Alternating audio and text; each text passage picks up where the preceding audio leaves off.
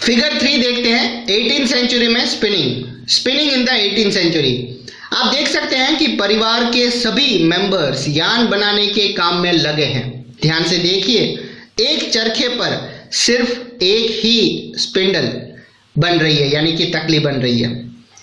इस proto industrial production से होने वाली इनकम ने खेती के कारण सिमटती इनकम में बड़ा सहारा दिया, सपोर्ट दिया।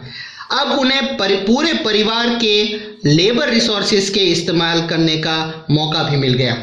न्यू वर्ड्स देख लेते हैं पहले। स्टेपलर यानी कि एक ऐसा व्यक्ति जो रेशों को हिसाब से वुल को स्टेपल करता है और छांटता है। फुलर एक ऐसा व्यक्ति जो फुल करता है, यानी कि चुन्नटों के सहारे वो कपड़े को समेटता है। कार्डिंग या कि एक प्रोसेस जिसमें कॉटन या वुल आदि रेशों को स्पिनिंग के लिए तैयार किया जाता है। तो इस सिस्टम से टाउन और गांव के बीच एक क्लोज रिलेशन डेवलप हुआ। मर्चेंट्स रहते तो टाउन्स में थे, लेकिन उनके लिए काम ज्यादातर कंट्री साइड यानी कि गांव में रहता था।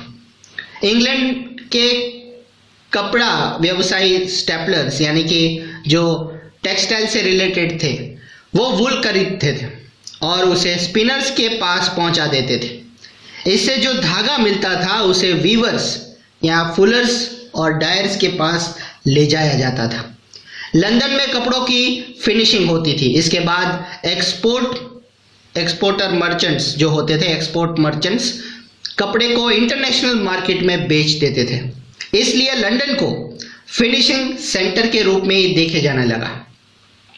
ये proto industrial system commercial exchange के नेटवर्क का हिस्सा थी। इस पर मर्चेंट्स का कंट्रोल था और चीजों का प्रोडक्शन फैक्ट्री के बजाय घरों में होता था। प्रोडक्शन के हर एक फेज में हर एक मर्चेंट 20 से 25 वर्करों से काम करवाता था। इसका मतलब ये था कि कपड़ों के हर मर्चेंट्स के पास सैकड़ों वर्कर्स काम करते थे। अब 1.1 देखते हैं, the coming up of the factory. England में सबसे पहले 1730 के टाइम में फैक्ट्रीज खुली, लेकिन उनकी संख्या में तेजी से इजाफा 18th सेंचुरी के एंड में ही हुआ। कॉटन न्यू एज का पहला सिंबल था। 19th सेंचुरी के आखिर में कॉटन के प्रोडक्शन में भारी बढ़ोतरी हुई। 1716 में ब्रिटेन अपने कॉटन इंडस्ट्री की जरूरतों को पूरा करने के लिए 25 लाख पाउंड रॉ कॉटन का इंपोर्ट करता था और 1787 में यह इंपोर्ट बढ़कर 220 लाख पाउंड तक पहुंच गया था। यह इजाफा प्रोडक्शन की प्रोसेस में या प्रोसेस को बेहतर या सुधार करने का परिणाम था। आइए देखें कि ये चेंजेस कौन कौन से थे।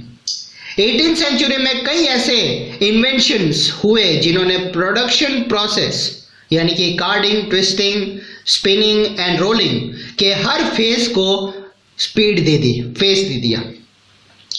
हर वर्कर प्रोडक्शन जो था, प्रति वर्कर वो प्रोडक्शन बढ़ता चला गया। पहले से ज्यादा मजबूत धागे और रेशों का प्रोडक्शन होने लगा। इसके बाद रिचर्ड आर्कराइट ने कॉटन मिल की रूपरेखा सामने रखी। अभी तक कपड़ा प्रोडक्शन पूरे कंट्री साइड यानी कि विलेज में फैला हुआ था। अब ये काम लोग अपने पहले घरों में ही करते थे, लेकिन अब कॉस्टली नई मशीन्स खरीदकर उन्हें फैक्ट्री में लगाया जा सकता था। फैक्ट्रीज में सारी प्रोसेस एक छत के नीचे और एक मैनेजमेंट के हाथों में आ गई थी।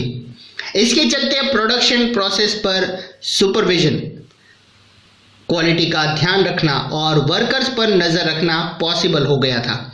जब तक प्रोडक्शन गांव में हो रहा था तब तक ये सारे काम पॉसिबल नहीं थे। फिगर 4 में आप देख सकते हैं कि लैंकशायर की एक कॉटन मिल सीई टर्नर द्वारा बनाया गया ये पिक्चर है। तो आर्टिस्ट ने कहा कि अगर उस नम यानी कि ह्यूमिड मौसम की नज़र से देखें जिसके कारण लैंकशायर दुनिया में कॉटन स्पिनिंग के लिए सबसे बेस्ट जगह मानी जाती है, तो शाम के ट्विलाइट में दमकता कॉटन मिल सबसे शानदार नज़ारा हो सकता है। 19वीं सेंचुरी की शुरुआत में फैक्ट्रीज इंग्लैंड के लैंडस्केप का एक अभिन्न अंग बन गई थी। ये न्यू फैक्ट्रीज इतने बड़े और नई टेक्नोलॉजी की पावर इतनी जादुई दिखाई देती थी कि उस समय के लाखों लोग की आंखें चकाचौंध हो जाती थी। लोगों का ध्यान फैक्ट्री पर टिका रह जाता था। वे इस बात को मानो भूल ही जाते थे कि उनकी आंखों से ओझल गलियों और वर्कशॉप्स में अभी भी प्रोडक्शन चालू है। फिगर 5 में आप देख सकते हैं कि इंडस्ट्रियल मैनचेस्टर एम जंक्शन का ये पिक्चर है। धुआं छोड़ती चिमनीज इंडस्ट्रियल इलाकों की पहचान बन गई थी। अब 1.2 देखते हैं, the pace of industrial change. तो इंडस्ट्रियलाइजेशन की प्रोसेस कितनी तेज थी। क्या इंडस्ट्रियलाइजेशन का मतलब सिर्फ फैक्ट्री इंडस्ट्री के डेवलपमेंट तक ही लिमिटेड था। चलिए देखते हैं। पहला, कॉटन इंडस्ट्री और मेटल इंडस्ट्री ब्रिटेन के सबसे डायनेमिक इंडस्ट्री थी। तेजी से बढ़ता हुआ कॉटन इंडस्ट्री 1840 के दशक तक इंडस्ट्रियलाइजेशन के पहले फेज में सबसे बड़ी इंडस्ट्री बन चुकी थी। इसके बाद आयरन और स्टील इंडस्ट्री आगे निकल गई। 1840 में इंग्लैंड में 1860 के दशक तक उसकी कॉलोनीज में रेलवे का एक्सपेंशन होने लगा था। एज ए रिजल्ट आयरन और स्टील की जरूरत भी तेजी से बढ़ी। 1873 तक ब्रिटेन के आयरन और स्टील एक्सपोर्ट का प्राइस लगभग 7 करोड़ पाउंड हो गया था। ये वैल्यू इंग्लैंड के कॉटन एक्सपोर्ट के प्राइस से डबल थी।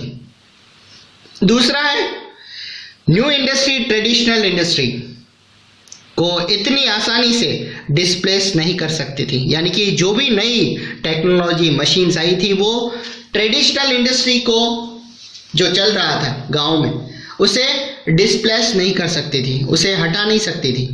19वीं सेंचुरी के आखिर में टेक्नोलॉजिकल रूप से डेवलप इंडस्ट्रियल क्षेत्र में काम करने वाले वर्कर्स की संख्या टोटल वर्कर्स में सिर्फ 20% से ज्यादा नहीं थी। टेक्सटाइल इंडस्ट्री एक एडवांस इंडस्ट्री थी, लेकिन उसके प्रोडक्शन का बड़ा हिस्सा फैक्ट्री में नहीं बल्कि डोमेस्टिक यूनिट्स में ही होता था।